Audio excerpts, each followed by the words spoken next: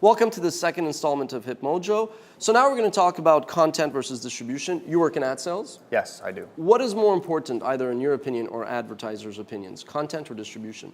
Well, in advertisers' opinion, when I talk to them, they care about distribution. They want to reach their target. But at the same time, content is also very important. It gives contextuality to whatever campaign that they might be running at the time.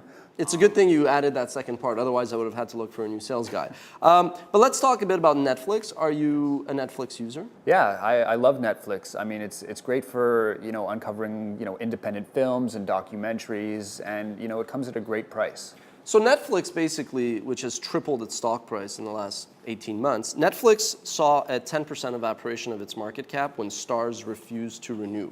Starz was only charging Netflix $30 million a year, but it wasn't just Starz content that Netflix was getting. Starz was also redistributing a lot of great super premium content that they had. Now, tell me, would you continue to subscribe to Netflix if it started to lose a lot of the programming that you've come to enjoy on Netflix, or does the convenience of the Netflix and whatever library that remains, is that enough to keep you subscribing? Well, Netflix does have great content, but they need to keep adding more and more and more. I want to see more, newer movies, more television shows. They're doing a great job, but they really need to add content. They can't be losing content at this point. Yeah, and my guess is that the big media companies now, they view Netflix as the frenemy. They like the distribution and the audience that they've aggregated, but at the same time, they're sort of seeing the storyline that developed with Google and Apple, which is Netflix is getting so powerful on the backs of the content owners. I wouldn't be surprised to see a lot more pressure on Netflix. I used to own the stock ages ago. I saw it rise. If I owned the stock at $12 billion market cap, I would be worried. I'm not saying to sell it, short it, or buy it. I'm just saying at $12 billion, it's priced for perfection. Let's shift gears, keeping on with the content versus distribution theme. When Charlie Sheen basically gave CBS the one finger salute, people said, well, Charlie is the star. That show can't go on. Now, 2.5 Men is going to come back with Ashton Kutcher, which I actually think I'm more interested in watching. I didn't even watch the show before, but I'm interested in watching the show now with Ashton, at least to see how it's going to turn out. Now, is there not a parallel with the way that CBS sort of just said, okay, no problem, Charlie, you could leave. We're going to, the sun rises tomorrow.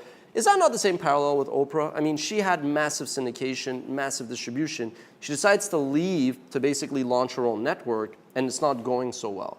Why do you think Oprah's network is not doing well? Well, I think there's a number of things. First, I think the audience was really expecting the Oprah Winfrey Show on steroids. And that's not what they got. I mean, I've only watched a few different shows I know you're a big Oprah fan.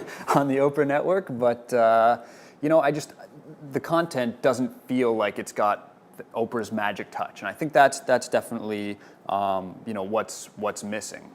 Okay, now shifting gears on the third theme in this content versus distribution front, the YouTube monopoly that I call, they own 40+% of views, so it's not really a monopoly, but they're the dominant 800-pound gorilla. Where do you watch videos outside of YouTube? Oh, that's a tough one. I mean, Funny or Die, obviously WatchMojo.com. That's pretty much it. Otherwise, it's YouTube.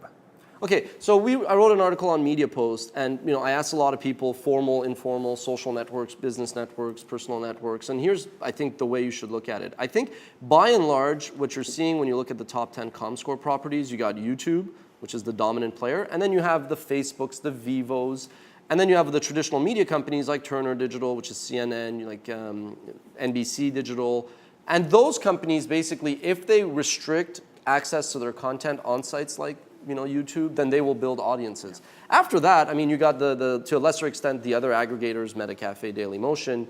The adult sites have actually embraced, free models quite well. And then you mentioned the funny sites. Interestingly, I think a lot of the funny sites, whether it's Funny or Die, College Humor, and The Onion, they've actually managed, for whatever reason, to build up some kind of audience and traction outside of YouTube. But we had this discussion. For WatchMojo, we generate half of our views on YouTube. We probably generate 5% of them on WatchMojo.com. I think with the announcement that Comscore and YouTube are going to open up the data and let advertisers see which content providers reach what kind of audiences on YouTube, we're at a point where I think it's almost fine to say, you know what, the site's there as a microsite on steroids, but you might as well just focus on YouTube. Do you see any drawbacks to that as when you talk to advertisers to focus on YouTube? Do you think there should be an emphasis on one's own and operated property? Well, I mean, I always think that it's good to build up your property because you have full control over everything. I mean, like you always say, this is YouTube's world, we're just streaming in it. And I think, that really limits our ability to attract advertisers. If we can only go through, our inventory on YouTube, it just limits us. I mean, what do you think? Well, I want to ask you, what do you think actually about the fact that we actually have an owned and operated, but there are some large sites like Machinima, which is massive on YouTube. You go to their website and it's just a corporate page. Do you think that's smart? Or do you think they should have some kind of consumer-facing presence on their own and operated as well? Well, I think at this point it's really moot. They've built their business on YouTube. It's clearly been successful for them. I don't see any reason why they should go back and build a consumer-facing, website. Last question on this before we move to lightning round. If you had to pick one thing to build your business on, would it be content or distribution? Content. I mean, you're never going to get the distribution without good content. So that always comes first. Yeah, I agree, content. I hate to agree on something, but we'll be back. Lightning round, email of the week right after this break.